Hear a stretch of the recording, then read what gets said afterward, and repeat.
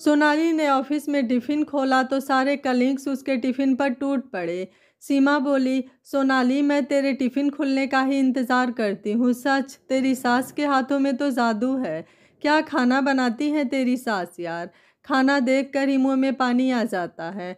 तुम सच में बहुत लक्की हो सोनाली, जो तुम्हें ऐसी सास मिली है। यह सुनते ही सोनाली का मुँह टेढ़ा हो गया। सास की तारीफ सोनाली से बर्दाश्त नहीं हुई और वह सीमा से बोली, सीमा मेरी सास पूरा दिन भर घर में ही तो रहती है, अब 2 समय का खाना बनाकर मुझे और सार्थक को खिला देती है तो कौन सा बड़ा काम करती है। हम दोनों पति पत्नी पूरा दिन यहाँ ऑफिस में खपते हैं, तब जाकर ही चूल्हा जलता है। और ऐसे में अगर सास 2 वक्त का खाना बना भी देती है तो क्या हो गया, यह उनका फर्ज है। सीमा बोली, सोनाली तुझे ऐसा लगता है क्योंकि तेरा पाला ऐसी सास से नहीं पड़ा है जो घर के कुछ काम नहीं करती और ऊपर से बहुओं को सुनाती है। वह अलग। और कुछ तो ऐसे लोग भी हैं जो बेचारे सुबह सुबह खुद अपना टिफ़िन बना कर लाते हैं, जैसे कि मैं। और इतनी जल्दबाजी में खाना बनाने के कारण मुझे मेरे हाथ का खाना ऑफिस में आकर बिल्कुल अच्छा नहीं लगता, इसलिए तो तेरा टिफ़िन खुलने का इंतज़ार करती रहती हूँ। और सोनाली मैं ही नहीं यार, पूरा ऑफिस का स्टाफ तेरी सास द्वारा बनाए खाने का कायल है। सभी को उनके हाथ का बना खाना बहुत पसंद है। कल ही ऑफिस में काम करने वाला रमेश भी कह रहा था कि सोनाली की सास जैसा खाना बनाती है, वैसा कोई टिफ़िन बनाने वाली लेडी मिल जाए तो मेरा काम आसान हो जाता। यह रोज़ रोज़ अचार रोटी खाकर तंग आ गया हूँ। सीमा की यह बातें सुन सोनाली को एक तरकीब सूझी। वह शाम को ऑफिस से आकर सास कमला जी से बोली, माँ ऑफिस में सभी आपके बनाए खाने की बहुत तारीफ करते हैं। आप पहले सभी के लिए खाना बनाती थी ना माँ, शायद इसलिए आपका हाथ खाना बनाने में माहिर है। आप एक काम क्यों नहीं करती, अगर आप सभी के लिए टिफ़िन बनाने का काम शुरू कर दें तो आपका दिन भी कट जाएगा और आपका नाम भी हो जाएगा और घर बैठे 2 पैसे भी मिल जाएंगे। कमला जी बोली, बहू मुझे कोई ऐतराज़ नहीं, मैं कल से ही सभी के लिए टिफ़िन बनाना शुरू कर दूंगी। मैं तो खुद पहले कामकाजी महिला रह चुकी हूँ, इसलिए जानती हूँ कि तुम कामकाजी औरतों को घर और ऑफिस दोनों का काम संभालने में दिक्कत आती होगी। मैं पहले लोगों के घर जाकर खाना बनाती थी, अब उनके लिए अपने घर से खाना बना कर दूंगी। और कमला सी शाम को ही दूसरे दिन के लिए खाना बनाने की तैयारी में जुट गई और बोली, सोनाली कुछ सब्जियां ऑनलाइन ऑर्डर कर दो ताकि मैं रात को ही उन्हें काट कर फ्रीज में रख दूं और सुबह उन्हें जल्दी बना लूं। सोनाली बोली, हाँ माँ मैं अभी कर देती हूँ। कमला जी बेटे सार्थक और बहू सोनाली में कुछ फर्क नहीं समझती थी। उन्होंने अपनी बहू सोनाली को भी अपने बेटे जैसा ही प्यार दिया था। सार्थक लगभग 5 वर्ष का रहा होगा जब सार्थक के सर पर से पिता संपत लाल जी का साया उठ गया। संपत लाल जी के चले जाने के बाद कमला जी बिल्कुल बेसहारा हो गईं। फिर अपना और अपने बेटे का पेट भरने के लिए उन्होंने लोगों के घर जाकर खाना बनाने का काम शुरू कर दिया। दिन महीने साल गुजरते गए और सार्थक बड़ा होकर एक मल्टीनेशनल कंपनी में नौकरी पर लग गया। सार्थक ने फिर माँ को यूं लोगों के लिए खाना बनवाना बंद करवा दिया और वह बोला, माँ तुमने बहुत काम कर लिया, अब तुम आराम से घर बैठो। अब मैं कमाने लगा हूँ, अब आपको कोई ज़रूरत नहीं लोगों के घर जाकर खाना बनाने की। कमला जी ने भी घर पर रहना शुरू कर दिया। देखते देखते सार्थक की शादी हो गई। बहू सोनाली भी नौकरी करती थी, इसलिए सुबह और शाम दोनों वक्त का खाना कमला जी ही बनाया करती थी। कमला जी ने जब टिफ़िन बनाने के लिए हाँ कही तो सोनाली ने ऑफिस के व्हाट्सएप ग्रुप पर यह बात लिख दी कि कल से उसकी सासू माँ सभी कलीग्स के लिए टिफ़िन बनाने को तैयार हैं। बस सुबह सुबह अपना टिफ़िन यहाँ से उन्हें लेना पड़ेगा और एक टिफ़िन का 200 रुपये चार्ज लगेगा क्योंकि उस टिफ़िन में हर रोज़ कुछ नया रहेगा। सोनाली को पता था उसकी सासू माँ खाना बनाने में शेफ़ से कम नहीं, हर रोज़ कुछ नया बना देंगी जिससे पैसे भी ज़्यादा मिलेंगे। ऑफिस में सभी को कमला जी के हाथों से बना खाना पसंद होने की वजह से 5 मिनट में 15 लड़कों ने हाँ कह दी और सुबह सुबह रसोई के झंझट से बचने के लिए 10 युवतियों ने भी हाँ कह दी। बस फिर क्या था, सोनाली ने माँ से शाम को ही कह दिया कि कल से सुबह 25 लोगों का खाना आपको बनाना है। पहले तो कमला जी सोच में पड़ गईं कि 25 लोगों का खाना इस उम्र में क्या वह अकेले बना पाएंगी। फिर 2 पल सोचकर कमला जी ने हामी भर दी। दूसरे दिन सुबह सार्थक ऑफिस के लिए रसोई में टिफ़िन लेने पहुंचा तो देखा कि उसकी माँ इतने सारे लोगों का टिफ़िन तैयार किया है। उसके पूछने पर उसकी माँ ने सब बताया। सार्थक बोला, माँ तुम तो जानती हो मुझे तुम्हारा लोगों के लिए खाना बनाना पसंद नहीं। अब मैं और तुम्हारी बहू दोनों तो कमाते हैं, फिर इन सब की क्या ज़रूरत है। कमला जी बोली, बेटा थोड़े महीने करके देखती हूँ, अगर मुझसे यह काम नहीं होगा तो मैं नहीं करूँगी। थोड़ी देर में सभी लोग घर आकर टिफ़िन लेकर ऑफिस के लिए निकल पड़े। सार्थक और सोनाली भी अपने कार में ऑफिस के लिए निकलने लगे। सोनाली बोली, सार्थक तुम बैठो, आज कार मुझे चलाने दो। सोनाली खुशी से कार चला रही थी, तभी सार्थक बोला, सोनाली इस उम्र में माँ को यह टिफ़िन का काम करवाने की तुम्हें क्या सूझी है।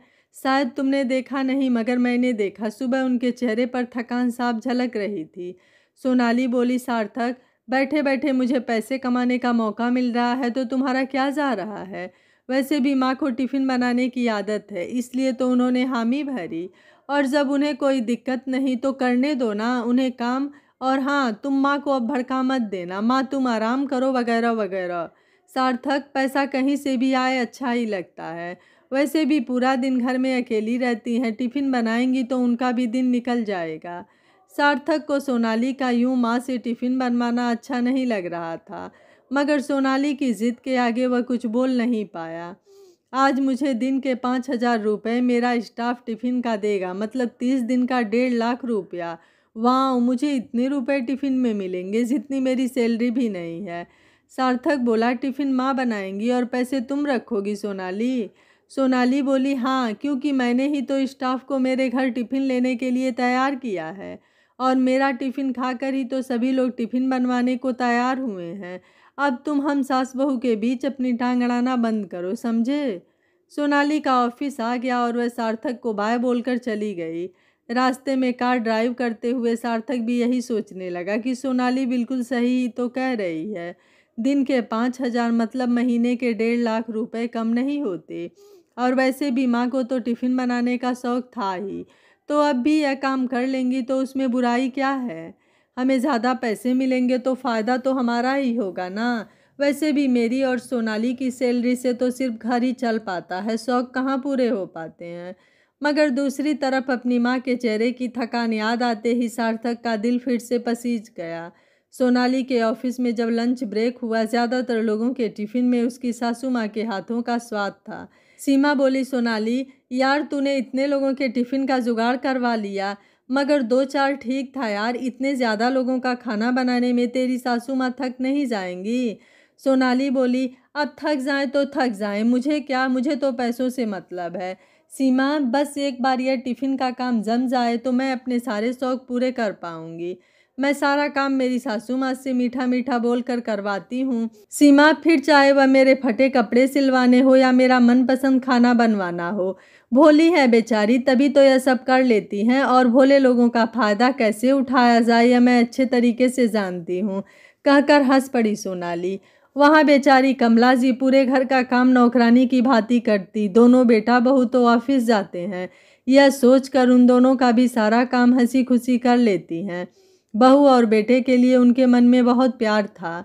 सोनाली को रोज़ ऑफिस स्टाफ टिफ़िन के पैसे दे देता और सभी कहते खाना बहुत अच्छा बना था। सुबह जब घर पर से सभी टिफ़िन ले जाते, सोनाली की सासू माँ को धन्यवाद करते और उनके बनाए खाने की खूब तारीफ भी करते। 1 महीने बाद जब सार्थक और सोनाली ने इतने सारे टिफ़िन के पैसे देखे तो दोनों बहुत खुश हो गए। सोनाली बोली, देखा सार्थक, यह सब मेरा दिमाग ही था जो आज हम इतने पैसे एक साथ देखने को मिले। भगवान करे यह काम सालों साल यूं ही चलता रहे। सार्थक बोला, हाँ सोनाली, दिमाग तो तुमने सही लगाया है, तारीफ तो तुम्हारी बनती है। सोनाली बोली, बस मुझे यही डर है कि तुम्हारी माँ कभी मुझसे पैसे न मांग ले। सार्थक बोला, माँ तो बेचारी भोली है, तुम फिक्र मत करो, मैं यह पैसे कल ही बैंक में जमा कर देता हूँ। कमला जी बेचारी ने तो कभी यह भी नहीं पूछा कि टिफ़िन के कितने पैसे आते हैं, पैसे मांगना तो दूर की बात थी। लगभग 2 महीने बीत गए। सोनाली आज अपनी कुछ सहेलियों को घर लाई थी। कमला जी उनको आदर के साथ बैठाया और नाश्ता लाने अंदर चली गईं। सोनाली की सहेली सीमा बोली, वाह सोनाली, तेरे तो मज़े हैं, ऐसी गाय जैसी सास मिली है तुझे। और सभी ठहाके लगाकर हंस पड़े। सोनाली बोली, हाँ मैं बहुत लक्की हूँ सास के मामले में, तुम लोग तो जानते ही होंगे, हर जगह सास बहू को सुनाती है, मगर मेरे केस में उल्टा है। यहाँ मैं मेरी सास पर भारी पड़ती हूँ।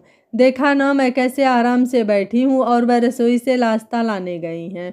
इनसे सारा अपना काम मीठी छुरी बनकर निकलवा लेती हूँ और यह बेचारी मुझे बेटी समझकर दिन भर पिसती रहती हैं। सीमा बोली, लेकिन अब तो तुम्हारी सासू माँ तुमसे ज़्यादा कमाने लगी हैं सोनाली, वह पैसे तो तुम इन्हें ही देती होगी ना।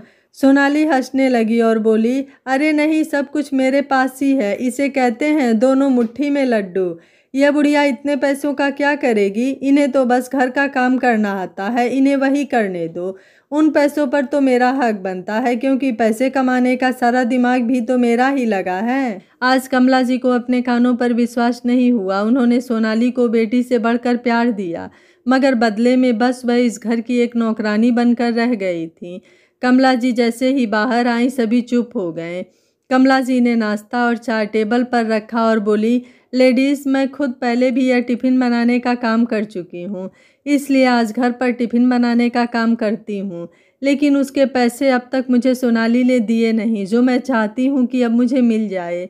सोनाली काम से थक जाती होगी, यही सोचकर मैं हमेशा उसका सारा काम भी हंसी खुशी कर लेती हूँ।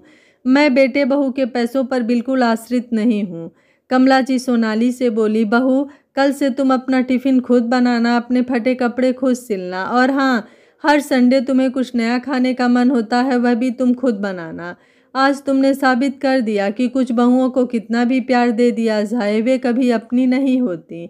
सोनाली बोली, माँ सॉरी, मेरे बोलने का मतलब वैसा नहीं था। सोनाली ने सोचा, जिस तरह वह हमेशा माँ को मीठी मीठी बातों में फंसा लेती है, वैसे ही इस बार भी माँ को पटा लेगी। मगर उसके विपरीत आज कमला जी ने सोनाली की पूरी बात नहीं सुनी और बोली, बहू, एक हाथ से ताली नहीं बजती। प्यार और सम्मान पाने के लिए पहले प्यार और सम्मान देना होता है।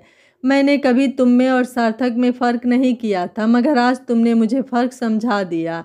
तुम पीठ पीछे मेरे बारे में यह सोच रखती हो, मैं नहीं जानती थी। और हाँ लेडीज़, आप लोग अपने स्टाफ को बता दीजिएगा कि अब से टिफ़िन के पैसे मेरे ही हाथ में दें, क्योंकि इतनी मेहनत मैं अकेले करती हूँ और सोनाली मेरी अब तक की कमाई मुझे कल कोई भी हालत में चाहिए।